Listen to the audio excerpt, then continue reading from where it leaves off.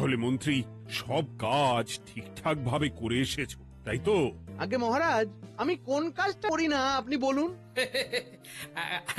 আমি শুধু আপনাকে ওই কোষাগার থেকে মোহর সরানোর কাজটাই খুব ভালোভাবে করতে দেখেছি মন্ত্রী মশাই। আর বাকি সব কাজে তো আপনি লবডঙ্কা। গোপাল, মুখ সামলে কথা বলো, হ্যাঁ? বেশি বাড়াবাড়ি করো না। কি বলতে চাইছেন মন্ত্রী মশাই? বাড়াবাড়ি করলে মারামারি হয়ে যাবে? আচ্ছা, হয়েছে হয়েছে, অনেক হয়েছে, সকলে এইবারে থামো। ঝগড়াঝাটি বন্ধ হোক, এমনিতেই খুব গরম। বলছি কি, যা গরম পড়েছে এইখানে তো থাকাটাই দায় হয়ে যাচ্ছে। উফ, আর যে পেরে উঠছি না। মনে হয় আপাতত এখান থেকে কদিনের জন্য। মহারাজ, বাইরে রাজ্যের প্রজারা জড়ো হয়েছে, সকলে মিলে বিক্ষোভ করছে।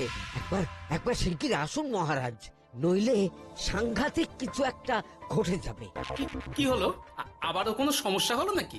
আমাদের রাজ্যের প্রজারা তো যথেষ্ট বোঝদার, তারা তো এমনি এমনি ঝামেলা ঝঞ্ঝাট সৃষ্টি করার মানুষ নয়। গোপাল, চলো গিয়ে দেখি।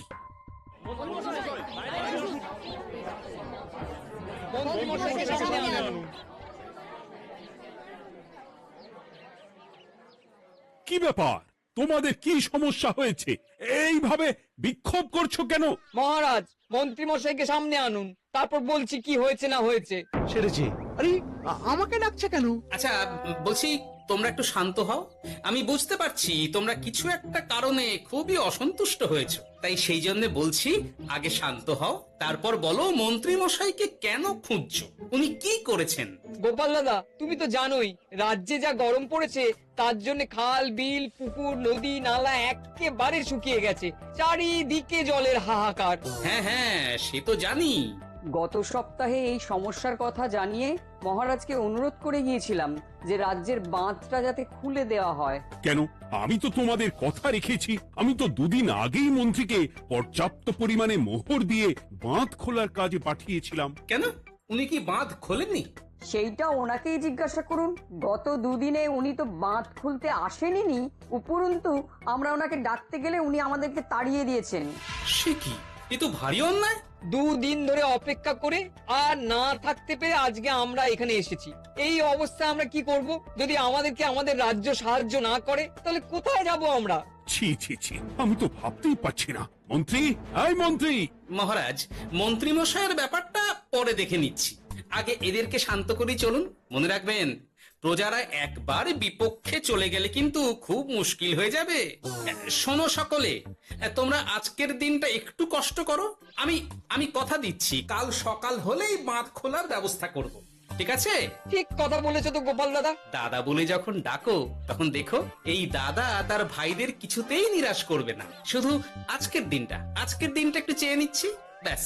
ঠিক আছে, আজকে আমরা চলে যাচ্ছি, কিন্তু কালকে কিছু না হলেই। কোনো কিন্তুরই জায়গায় নেই পুঁটির বাবা। আর তোমরা আর রাগ করো না। চিন্তা করো না, সকাল হলেই সাঙ্গ পাঙ্গ নিয়ে আমি বাঁধ খোলার কাজে নেমে যাব।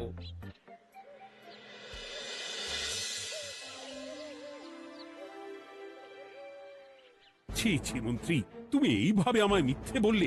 ভাবতেই পারছি না কি দরকার ছিল আমায় মিথ্যে আশ্বাস দিয়ে প্রজাদের সামনে নাক কান কাটার। মুখে কুলুপ কেন? উত্তর দাও। না মানে, আমার শরীরটা ঠিক ভালো ছিল না, তাই বাড়ি থেকে বেরোতে পারিনি। বলছি কি, শরীর খারাপ থাকলে রাজসভায় খবর দিতে পারতেন, আমরা কেউ দায়িত্বটা পালন করতাম। কি আছে? সমস্ত মোহরগুলো ত্যাগস্থ করে ঘাপটি মারলেন ঘরে। ছি ছি, জানাই আপনাকে ধিক্কার।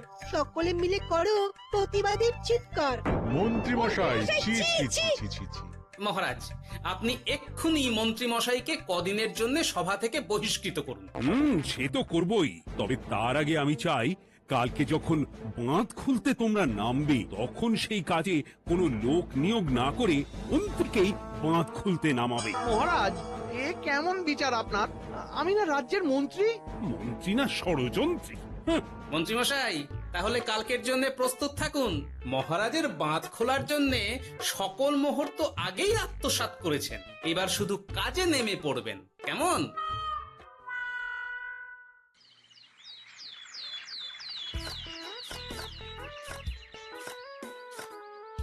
ওহ, গোপাল এইবারে ছেড়ে দাও, আর পাচ্ছি না।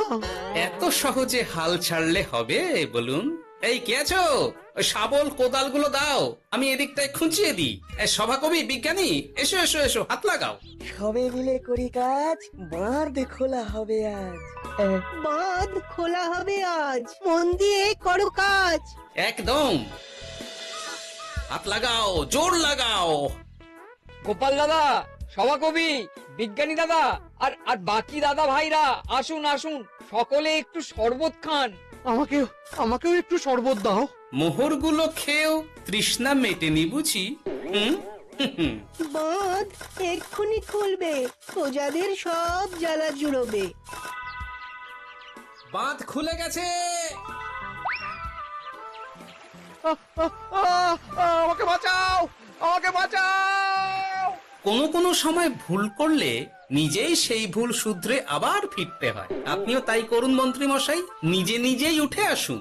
চলো সকলে। গোপাল, তুমি তোমার সাথীদের নিয়ে যা করলে সত্যি ভাবাই যায় না। মহারাজ, নিজেদের রাজ্যের সমস্যায় নিজেরাই কোমর বেঁধে নেমে সমস্যার সমাধান করেছি, পরিস্থিতি মোকাবিলা করেছি। এর জন্য আপনি এমন করে বলবেন না। ওহ, তোমরা না থাকলে যে কি হতো। মহারাজ, আমরা আছি তো, এত ভাববেন না আপনি। আপনি বরং আমাদের সকলের জন্য কিছু খাবারের ব্যবস্থা করুন, খুব খিদে পেয়ে গেছে। হ্যাঁ, নিশ্চয়ই নিশ্চয়ই। তোমরা সকলে ভিতরে এসো, হাত পা ধুয়ে নাও, ততক্ষণে আমি রানীকে আহারের ব্যবস্থা করতে বলছি।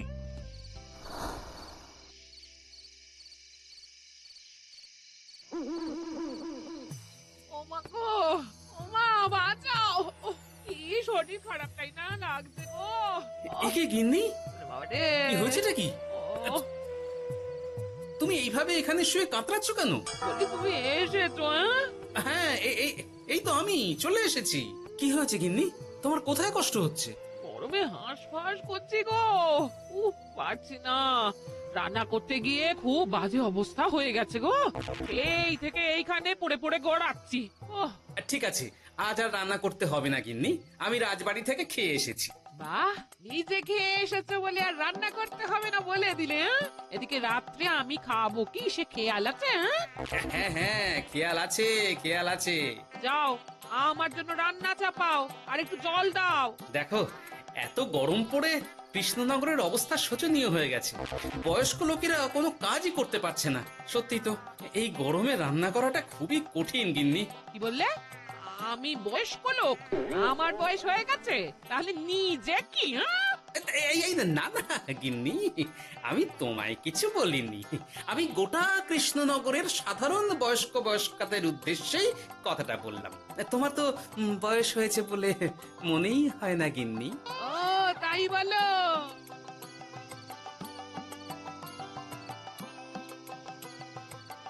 নাও গিন্নি, জল নাও। আজ না হয় আমি রান্না করব। হে ভগবান, মুখের একটু লাগাম দাও। এইভাবে যখন তখন সত্যি কথা বলিও না।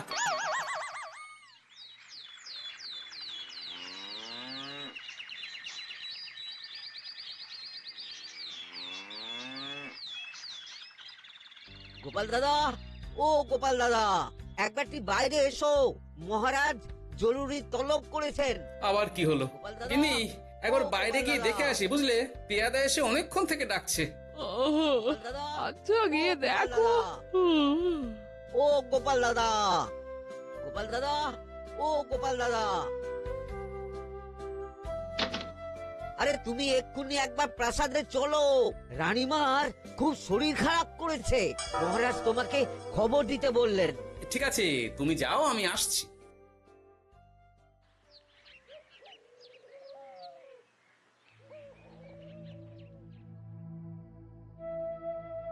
গোপাল, কি হবে বলো তো?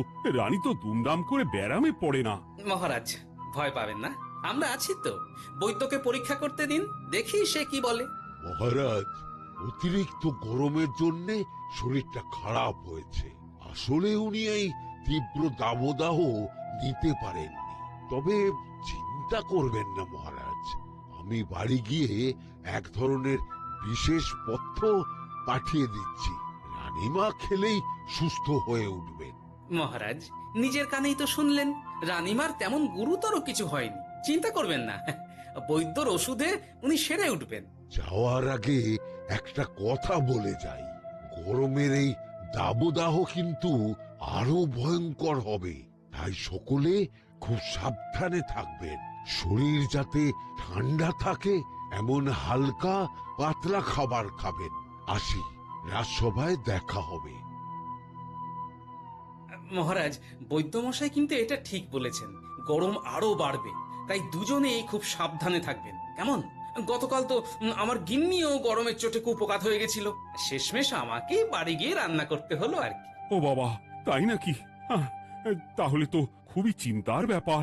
আচ্ছা মহারাজ, আমি তাহলে এখন আসি, আবার রাজসভায় দেখা হবে। এই গরমে আর এখানে থাকতে পারছি না, বলছি কদিনের জন্য না একটু অন্য কোথাও গেলে হয় না গো? গিন্নি, এই গরমে ঘরেই থাকো, অন্য কোথাও যাওয়ার মোটে নাম করো না। বাইরে বেরোতে গিয়ে যদি কোনোভাবে গরম হাওয়া শরীরে লেগে যায় তাহলে বিপত্তির আর শেষ থাকবে না গিন্নি। কিন্তু এখানেও তো যা গরম পড়েছে, পচে গলে মরে যাই আর কি।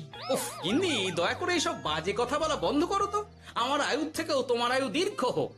বাহ, তুমি এসব কথা কোথা থেকে শিখলে গো? হুম? এই তো তোমার থেকে আর কি। গোপাল, গোপাল, রাজ্যের অবস্থা খুবই বেহাল। এই সবই আমাদের পোড়া কপাল।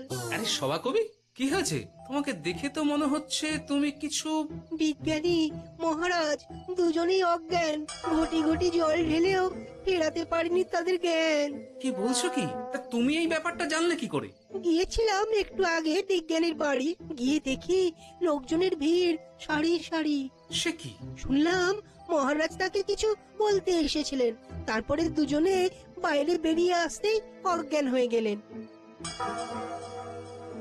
মহারাজ বিজ্ঞানীর বাড়ি গিয়েছিলেন, তাও আবার রানীমাকে ছেড়ে? রাজবৈদ্য কত করে বললেন এই সময় যখন তখন ঘরের বাইরে বেরোবেন না, কে শোনে কার কথা? আমার মনে হয় মহারাজ তেমন কোনো গুরুত্বপূর্ণ কিছু কথা বলতেই বিজ্ঞানীর বাড়ি গিয়েছিলেন।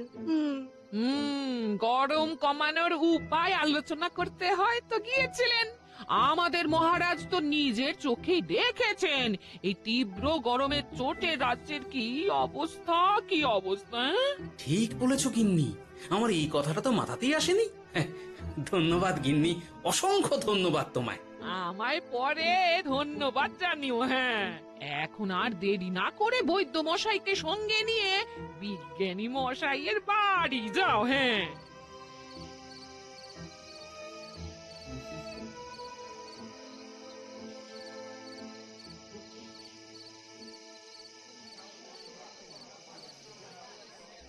কি বুঝছেন বৈদ্যমশাই? খুব একটা ভালো কিছু বুঝছি না গোপাল। দেখো, সত্যি বলতে ওই কৃষ্ণনগরের অবস্থা খুবই বাজে, তাই এখানকার মানুষেরা একে একে অসুস্থ হয়ে পড়ছে। বাইরের অবস্থাটাও তো ভালো নয়, বুঝতেই পারছো। এখন সান্ধ্যকালীন হাওয়াতেও গরমের তাত রয়েছে। দেখুন, রাজ্যের যা অবস্থা তাতে যদি রাজ্যের মাথা থেকে সমস্ত প্রশাসনিক প্রধানরাই অসুস্থ হয়ে পড়েন তাহলে তো ভীষণ বিপদ। সে তো বটেই, এই জন্যেই আমি বলি কি, মহারাজ সহ সকল সভাসদেরা এই রাজ্য ছেড়ে কদিনের জন্য পাহাড়ি কোনো এক জায়গায় গিয়ে থাকুন, পরিবার নিয়েই যান। দেখুন, আগে নিজেরা বাঁচলে তবে তো রাজ্যবাসীকে ভালো রাখতে পারবেন, তাই না? কথাটা কিন্তু মন্দ বলেনি বৈদ্য। গোপাল, এই গোপাল, তুমি পাহাড়ে যাওয়ার ব্যবস্থা করো। এইখানে আর কিছুদিন থাকলে মরেই যাব। হ্যাঁ গোপাল, আমারও তাই মত। এক্ষুনি যা শরীরে ক্লান্তি এসেছে, আর কদিন এইখানে থাকলে মরেই যাব। মহারাজের অনুরোধে গরম কমানোর কোনো ব্যবস্থাও তো করতে পারলাম না, বাইরে বেরোনো মাত্রই দুজনে মূর্ছা গেলাম। বাবা, ঠিক আছে, বুঝেছি। মহারাজ, আপনি আর এই ব্যাপারটা নিয়ে বেশি ভাববেন না। বিজ্ঞানী, তুমিও আর বেশি কথা বলো না। আমি পাহাড়ে যাওয়ার ব্যবস্থা করছি। আমরা রাজসভা সকলে সব পরিবারে যাব। অনেক কাজ হয়েছে, এখন কিছুদিন আমাদের বিশ্রাম দরকার।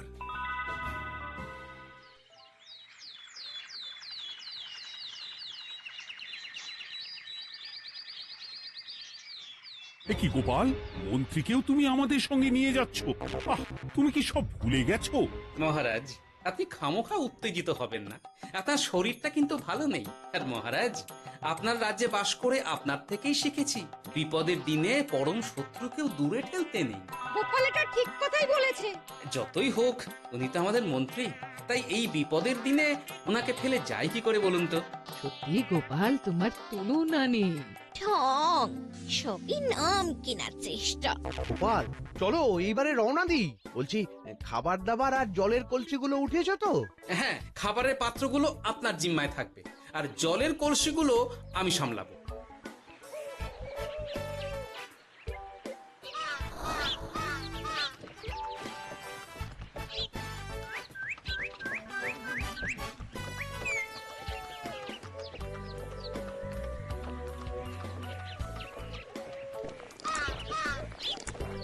কি গো, তুমি খাবার ছেড়ে শুধুই জল খাচ্ছ? ওদিকে মন্ত্রী মশাই যে সব খাবার একাই সাবার করে দিলে না?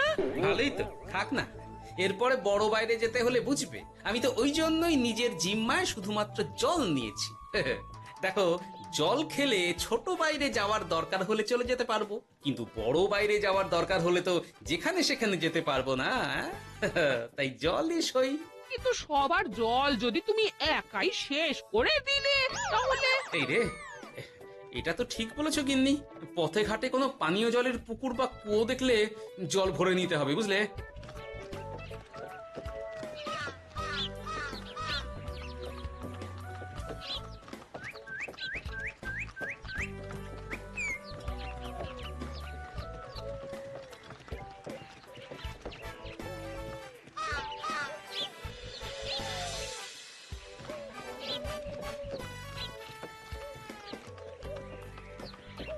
সকলে আসুন, দেখুন দেখুন মহারাজ আমার মূর্ছা গিয়েছেন।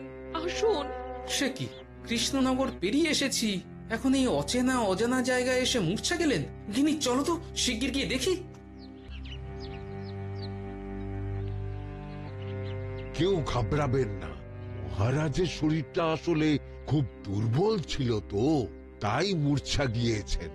তবে চিন্তার কিছু নেই, আমি এক ধরনের পথ্য দিচ্ছি, এটা খেলেই উনি আবার সুস্থ হয়ে যাবেন। ঠিক আছে বৈদ্য মশাই, আপনি তাহলে যত তাড়াতাড়ি সম্ভব পথ্যটা তৈরি করুন। হ্যাঁ, আমার এই পথ্যটা তৈরি করার জন্য একটু জলের প্রয়োজন। একটু জলের ব্যবস্থা করুন তো। এ মা, বলি গাড়িতে যে এক ফোঁটাও জল নেই গো, কি হবে? এই গোপাল, তুমি একাই সব জল খেয়ে বসে আছো? হ্যাঁ গোপাল, এখন এসব বাদ দাও, চলো একটু জলের ব্যবস্থা করি। হ্যাঁ, খানাখন্দ, খাল, বিল, নদী, সমুদ্র, যেখান থেকে পারো জল নিয়ে এসো। জল ছাড়া এই পথ্য বানানো অসম্ভব। গোপাল, এ কি করা যায় বলো? দাঁড়াও, আমি একটু ছোট বাইরে থেকে ঘুরে আসছি। হ্যাঁ, খুব জোরে বেগ আসছে, ত্যাগ না করতে পারলে বুদ্ধি খুলবে না।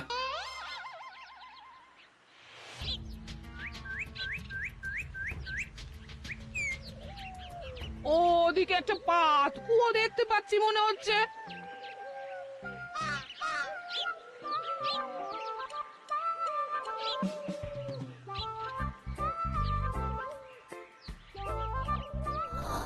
জল কোথা থেকে পাবো? তবে কি জলের অভাবে আজকে মহারাজ সুস্থ হতে পারবেন না? রানীমা, ব্যাকুল হবেন না, আমি আছি তো। আমি থাকতে কিচ্ছু অঘটন ঘটবে না। সকলে শুনুন, বিশেষত মহিলাদের বলছি, আপনারা সকলে নিজেদের কাছে যত শাড়ি আছে সেই প্রত্যেকটা শাড়ি আমাকে দিন। আমি শাড়ি জুড়ে জুড়ে লম্বা রশ্মি বানাবো, তারপর সেই রশ্মিতে বালতি ঝুলিয়ে জল তুলব। দয়া করে কেউ দেরি করবেন না।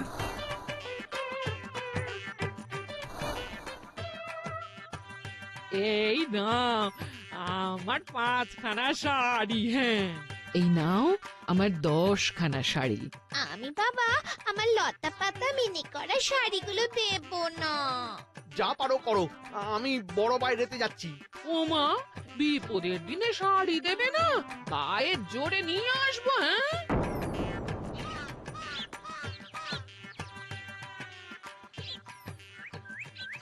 এ বাবা, এখনো কিছুটা কাপড় লাগবে তো।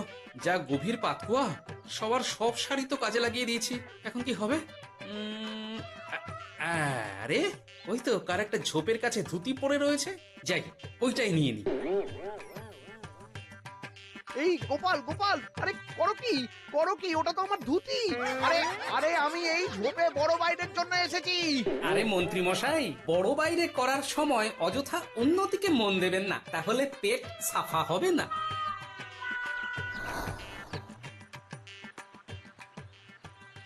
গোপাল, তুমি ছিলে বলে এই যাত্রাতে রক্ষা পেলাম।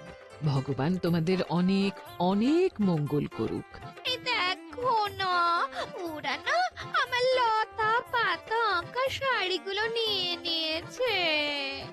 এই, দূর তোমার শাড়ির লতা পাতা, আমি নিজেই জড়িয়েছি বড় বড় ঘাস পাতা। চুল করছে রে, দূর ছাতা। সাবস্ক্রাইব করুন, ক্লিক করুন বেল আইকন।